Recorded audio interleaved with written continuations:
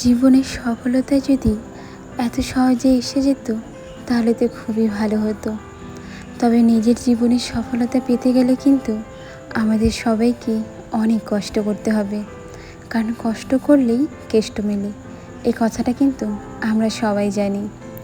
নমস্কার বন্ধুরা, আমি দিয়া আমার একটি নতুন ব্লগ ভিডিওতে তোমাদের সবাইকে জানাই অনেক অনেক স্বাগত।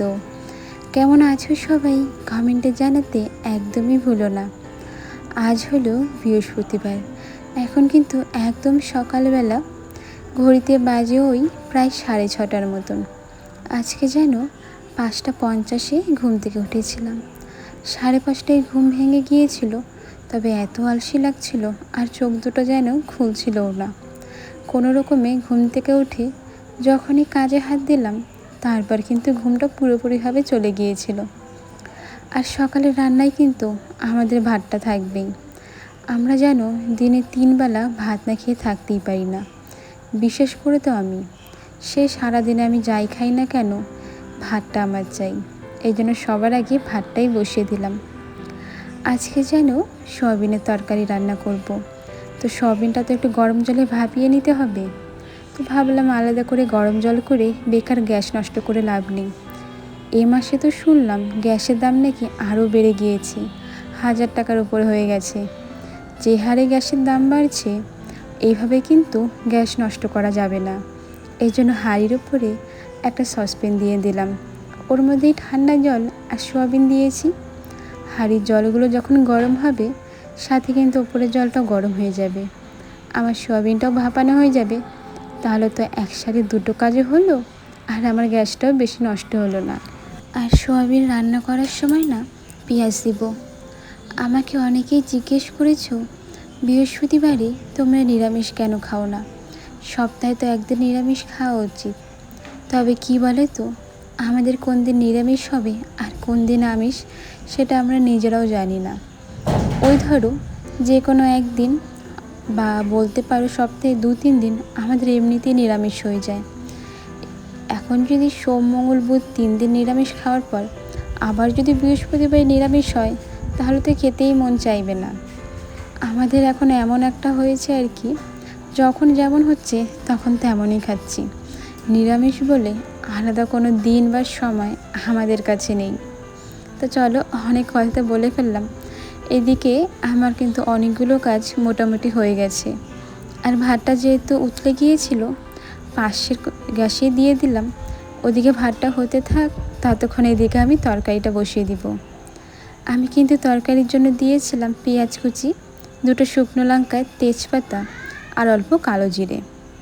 সবগুলো ভালো মতো মিশিয়ে নিয়ে আমি লবণ হলুদ দিয়ে ওই যে সয়াবিনটা ভাজা করে রেখেছিলাম আর প্রেসারে আলু সিদ্ধ করে নিয়েছি, সেগুলো দিয়ে বেশ কিছুক্ষণ কষিয়ে আমি কিন্তু জলটা দিয়ে নিলাম।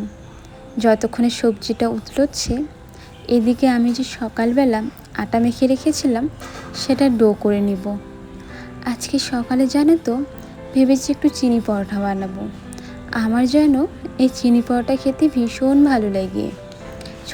আমি যখন ছোট ছিলাম, আমার মা আমাকে আর দাদাকে কিন্তু এভাবে চিনি পরোটা বানিয়ে দিত। আমাদের দুজনেই ভীষণ ভালো লাগতো। তবে ওই এখন একা একাই বানাই, তবে সবাইকে খেতে দিই। এই চিনি পরোটা যেন এখন ধীরে ধীরে সবারই খেতে ভীষণ ভালো লাগে। তোমরা যদি কখনো না খেয়ে থাকো, বাড়িতে একদিন অবশ্যই ট্রাই করো, বেশ ভালো হয় কিন্তু খেতে। তো এদিকে চারকোনা করার পর আমি ভাবলাম এটাকে না, চারকোনা না, এটা ত্রিকোণা হয়ে গেছে। তো ত্রিকোণা করার পর এটাকে কিন্তু আমি হালকা হাতে আরও একটু বেলে নেব। যদি মোটা থাকে না, ভাজা হবে না, আর ভাজা না হলে কিন্তু কাঁচা কাঁচা খেতে একদমই ভালো লাগবে না। একটু বেলে আমি কিন্তু একদম পাতলা করে নিয়েছিলাম, আর অল্প করে তেল দিয়েছি।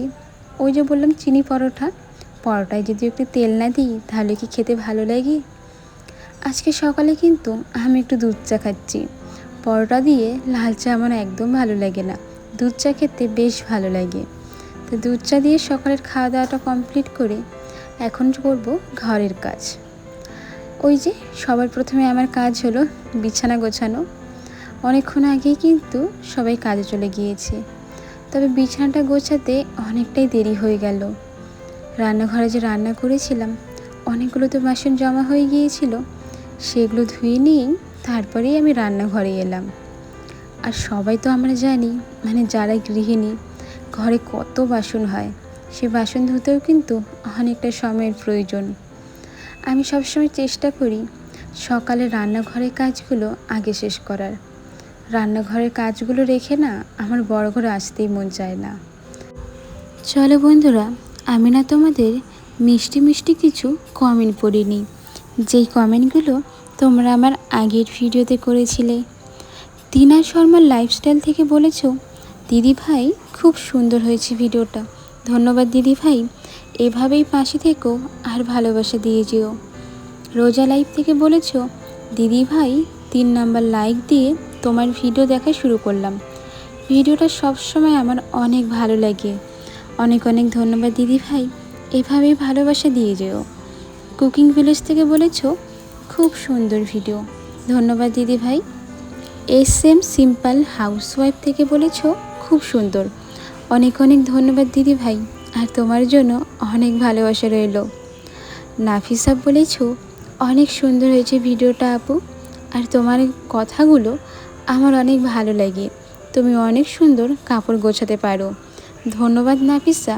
আর তুমি কেমন আছো সেটা তো জানালে না, অবশ্যই কিন্তু জানিও পরের ভিডিওতে তোমার শরীর এখন কেমন আছে। নিপা কুকিং ব্লগ থেকে বলেছ, খুব ভালো লাগলো। অনেক অনেক ধন্যবাদ দিদি ভাই। তা চলো, তোমাদের সাথে অনেক কথা হলো, অনেকগুলো কিন্তু কমেন্টও পড়ে নিলাম। এরপরে বেশ কিছু কাপড় রয়েছে, সেগুলো ধুয়ে দিব। সকালে যখন আমি স্নান করেছিলাম, কাপড়গুলো না ধোয়া হয়নি, সেই কাপড়গুলো তো আছেই। আর তোমাদের দাদা ভাই ঘরে কিছু কাপড় রেখে গিয়েছিল, সেগুলো বের করে নিলাম। আমি মাঝে মাঝেই জানো তো গামছাগুলো ধুয়ে দিই। প্রত্যেক দিন নর্মাল জল দিয়ে গামছা ধুলো, সপ্তাহে 2-1 দিন কিন্তু আমি সাবান দিয়ে ভালো মতো ঘষে ঘষে গামছা দিই। নাহলে দেখবে যখন আমরা চুল বাঁধি বা গা মুছি, সে গামছা থেকে না কেমন একটা বাজে গন্ধ করে, আর গামছাটা মাঝে মাঝে শক্ত হয়ে যায়। গামছা কিন্তু সবসময় পরিষ্কার রাখা উচিত। তা চলো, তোমাদের আরও কিছু কমেন্ট পড়ে নিই। সীমা পারভিন ব্লগস চ্যানেল থেকে বলেছ, খুব সুন্দর লাগলো। ধন্যবাদ দিদি ভাই। আমার ভিডিওটা যে তোমার ভালো লেগেছে, আমার কাছে কিন্তু এটাও অনেক বড় একটা ব্যাপার। রিয়াজ সোনা দিদি ভাই বলেছ, 5 নাম্বার। আজকের ব্লগটা খুব সুন্দর হয়েছে, একবারে সব দেখে নিলাম। ধন্যবাদ দিদি ভাই, এভাবেই পাশে থেকেও আর ভালোবাসা দিয়ে যেও। সোমা বর্মন দিদি ভাই, অনেক অনেক ভালোবাসা দিয়েছ। ধন্যবাদ গো দিদি ভাই, এভাবেই না আমাকে ভালোবাসা দিয়ে যেও। তো চলো, কাপড়গুলো কিন্তু আমার সব ধোয়া হয়ে গেছে।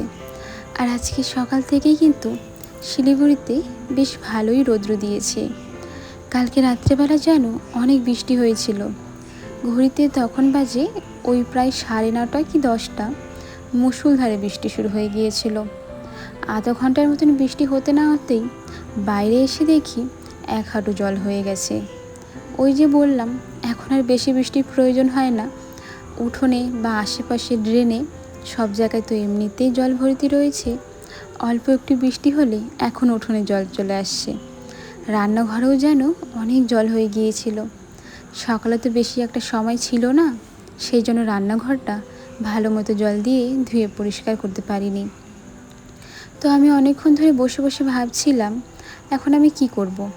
রান্নাঘরটা ঘষে ঘষে পরিষ্কার করব নাকি নর্মালভাবে করব। অনেক ভাবনা চিন্তা করার পর মনে হলো, আমি যে জায়গায় দাঁড়িয়ে রান্না করব, যতটুকু চোখের সামনে আসছে সেই জায়গাগুলো ভালো মতো ঘষে ঘষে পরিষ্কার করে নিই।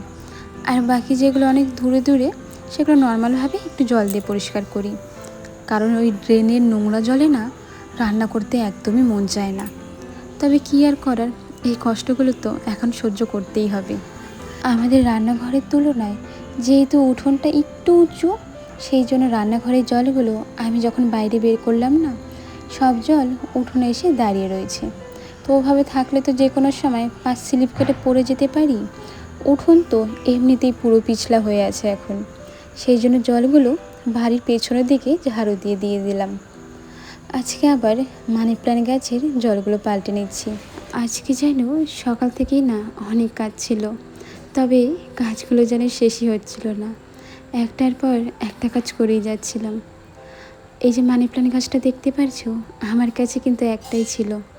যখন গাছটা একটু বড় হয়েছে, আমি গাছটাকে দুভাগে ভাগ করে নিয়েছি।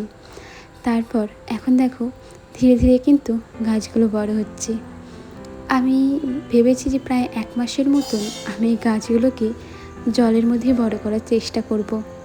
যদি এরপরে গাছগুলো বড় না হয়, এতটুকুই থাকে, তাহলে গাছগুলো আবার মাটির মধ্যেই রেখে দেব। তা যাই হোক, সেসব তো পরের কথা। কালকে রাত্রেবেলা যেন শাশুড়ি মা না আমাদের যে রেশনে গম দিচ্ছে এখন, সেই গমগুলো ভাঙিয়ে আটা বানিয়ে এনেছে। এখানে প্রায় 5 কেজির মতন আটা আছে। কালকে রাত্রেবেলা যখন গম নিয়ে গিয়েছিল, তখন কিন্তু গমগুলো অতটাও ভারী ছিল না। যখন আটাগুলো আনলো, সেই আটাগুলোর ভারী যেন অনেকটাই বেড়ে গেল। এদিকে এই আটাগুলো দিয়ে কিন্তু আমাদের প্রায় 1 মাসের বেশি চলে যাবে। আজকে তো মাসের 25 তারিখ, আর কদিন পরেই কিন্তু আবার রেশন দিবে, তখন তো আরও গম দেবে। আমরা ভেবেছি এবার যদি গম দেয় না, তাহলে ছাতু বানিয়ে রাখবো। মাঝে সাঝে কিন্তু কলা দিয়ে বা দুধ দিয়ে ছাতু খেতে বেশ ভালোই লাগে। আমার তো চাল দিয়ে বানানো ছাতু খেতে বেশি ভালো লাগে। আমি যে কৌটোর মধ্যে আটাগুলো রাখলাম না, এই কৌটোটা রাখবো রান্নাঘরে। যেহেতু প্রত্যেক দিন এখন অল্প হলেও রুটি বা গোলা রুটি যে কোনো কিছু বানাবো, এই জন্য অল্প করে রান্নাঘরে রাখবো, আর বাকিগুলো আমার ঘরে রেখে দিব। আমি যেহেতু এখন বেশিরভাগ রান্নাবাড়ি করি সকালের, দুপুরের বা রাতের, এই জন্য চাল, আটা বা সব কিছুই কিন্তু আমি নিজের ঘরেই রাখি। আসলে বারবার এদিক ওদিক করে নিতে হয়, তো অন্য ঘরে রাখতে গেলে একটু অসুবিধে হয়ে যায়। আমি তো রান্নার জিনিস বারবার উল্টোপাল্টা করি, সেই জন্য। আর কি বলো তো, যে রান্না করে সব কিছু যদি তার হিসেব মতো থাকে না, তাহলে রান্না করতে কিন্তু অনেকটা সুবিধে হয়। চলো, অনেক কথা কিন্তু বলে ফেললাম, এখন ঘরটা মোছার পালা। সেই সকালে কিন্তু উঠেছিলাম, তখন থেকে কন্টিনিউভাবে ঘরের কাজগুলো করে যাচ্ছি। আজকে এতটা গরম দিয়েছিল, কাজগুলো করতে মন চাইছিল না। তবে কি করব, আমার তো এটা দায়িত্ব বা ভালোবাসা বলতে পারো। সংসারে কাজ করতে ভীষণ ভালোবাসি। আমি যেন খাটের নিচটা সবসময় এত পরিষ্কার রাখি, কেউ যদি চায় খাটের নিচে ঘুমাবে, তাহলে কোনো অসুবিধা নেই, নির্দ্বিধায় খাটের নিচে ঘুমাতে পারে। আমার খাটের নিচে বালিও নেই, এমনকি কোনো ময়লাও নেই। খাটের নিচ প্রত্যেক দিন ঝাড়ু দিই, আর প্রত্যেক দিন মুছেও ফেলি। যখন বেশি গরম পড়ে না, পুরো ঘরেই ধরো অনেক গরম পড়েছে, আমি নিজেই যেন মাঝে মাঝে খাটের নিচে শুয়ে থাকি। খাটের নিচটা অনেক ঠান্ডা থাকে। এইদিকে আমি যখন ঘর মুছে একটু বসেছিলাম, শ্বশুরমশাই বলল আজকে দুপুরবেলা একটু আলু ভাজা করতে। যেহেতু সকালবেলা আমি শুধুমাত্র সয়াবিনের তরকারি করেছিলাম, অন্য কোনো কিছুই করিনি, আর দুপুরেতে তোমাদের দাদাভাই খেতে আসবে, সেই জন্য তো ভাবলাম ঠিক আছে আলু ভাজাটা করে নিই। কারণ ঘড়িতে কিন্তু এখন প্রায় 1টা বেজে গিয়েছে। চাকু দিয়ে সবজি কাটতে আমি তো পারি, কিন্তু সবজি কাটতে আমার অনেকটাই সময় লাগে, এই জন্য এখনই শুরু করে দিলাম। আর তোমাদের দাদাভাই তো দুটোই আসবে, ততক্ষণে কিন্তু আমার আলু ভাজাটা করা একদমই হয়ে যাবে। এইদিকে আজকের আলু ভাজাটা করার জন্য একটু বেশি করে তেল দিয়েছিলাম। যে কোনো খাবারে কিন্তু বেশি তেল দিলে খেতে ভালো লাগে, তবে বেশি তেল খাওয়া আমাদের শরীরের জন্য কিন্তু খুবই খারাপ। যত কম তেল খাবে, ততই কিন্তু শরীর ভালো থাকবে। চলো বন্ধুরা, আজকের ভিডিওটা না আর বেশি বড় করছি না। তোমাদের সাথে দেখা হবে নতুন ভিডিওতে, নতুন গল্পের সাথে। আজ তাহলে আসি। আর হ্যাঁ, আমাকে কিন্তু একদমই ভুলে যেও না, তোমাদের সাথে আরও গল্প হবে। আজ তাহলে সবাইকে টাটা।